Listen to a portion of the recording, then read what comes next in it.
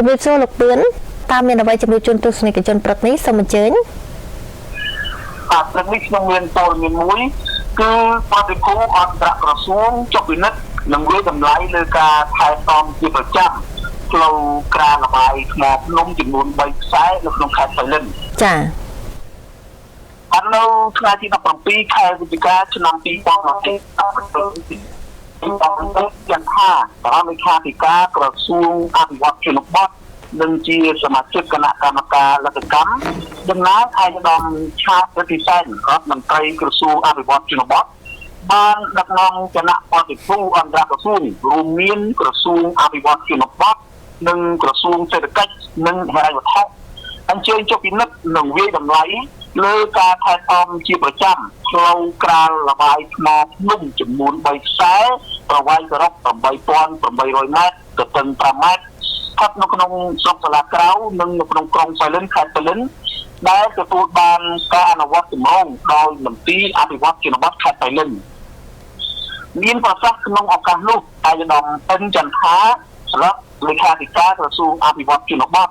បានលើកឡើងថាកម្មវិធីនយោបាយរបស់រាជរដ្ឋាភិបាលកម្ពុជាសម្រាប់នីតិកាលទី7នៃរដ្ឋាភិបាលដែលមានសម្រាប់មហាបវរស្ត្រីហ៊ុនម៉ាណែតជានាយករដ្ឋមន្ត្រីមានការយកចិត្តទុកដាក់ខ្ពស់ក្នុងការអភិវឌ្ឍប្រទេសជាតិឲ្យមានការរីកចម្រើនមានភាពរុងរឿងនិងវិបលភាពជូនប្រជាជនកម្ពុជាពិសេសការលើកកម្ពស់ជីវភាពប្រជាជននៅតាមទីជនបទការស្ថាបនាហេដ្ឋារចនាសម្ព័ន្ធគមនាគមន៍ដឹកជញ្ជូននៅជនបទគឺជាគោលនយោបាយដ៏មានសក្តានុពលនិងមានសារៈសំខាន់ក្នុងការអភិវឌ្ឍសេដ្ឋកិច្ចនិងសុខុមាលភាពសង្គមឯកឧត្តមរដ្ឋលេខាធិការក៏បានវិតម្លៃខ្ពស់ចំពោះកិច្ចខិតខំប្រឹងប្រែងរបស់មន្ទីរអភិវឌ្ឍជនបទខេត្តបៃលិនដែលបានយកចិត្តទុកដាក់ក្នុងការស្ថាបនាផ្លូវលំទាំង3ខ្សែបញ្ចប់ទៅតាមផែនការនិងប្រកបដោយគុណភាពខ្ពស់ធានាដល់ការប្រើប្រាស់បានយូរអង្វែងទន្ទឹមនេះឯកឧត្តមក៏បានណែនាំសូមឲ្យមានការយកចិត្តទុកដាក់លើការងារកសាងប្រឡាយបំផុសទឹកតាមខាងផ្លូវដើម្បីរបស់ទឹកភ្លៀងព្រោះថាទឹកគឺជាមូលហេតុចម្បងដែលធ្វើឲ្យផ្លូវឆាប់ខូចឯកឧត្តមក៏បានសម្ដៅដល់អាជ្ញាធរមូលដ្ឋាននិងបងប្អូនប្រជាពលរដ្ឋត្រូវចូលថែរក្សាផ្លូវនិងសំណង់សិល្បកម្មទាំងនេះប្រកបដោយការទទួលខុសត្រូវខ្ពស់ដើម្បីឲ្យការប្រើប្រាស់បានយូរអង្វែងម្យ៉ាងទៀតសូមឲ្យប្រជាពលរដ្ឋទាំងអស់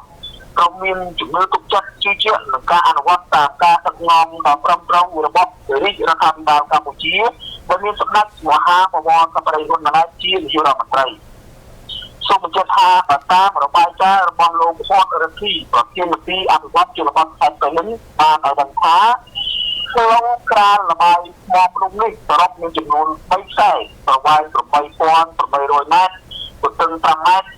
និងមានសំណង់លូមុខ2ចំនួន2កន្លែងនិងមានទីតាំងស្ថិតនៅក្នុងស្រុកសាឡាក្រៅនិងនៅក្នុងក្រុងបៃលិនខេត្តបៃលិនបាទនេះជាព័ត៌មានពីខេត្តបៃលិនគឺបានសូមបញ្ចប់តែប៉ុណ្ណេះបាទចាអរគុណច្រើនលោកពឿនសម្រាប់សេចក្តីរាយការណ៍ចេញពីខេត្តបៃលិនព្រឹកនេះជួបគ្នាឱកាសក្រោយទៀតជម្រាបលាបាទសូមអរគុណសូមជម្រាបលាបាទ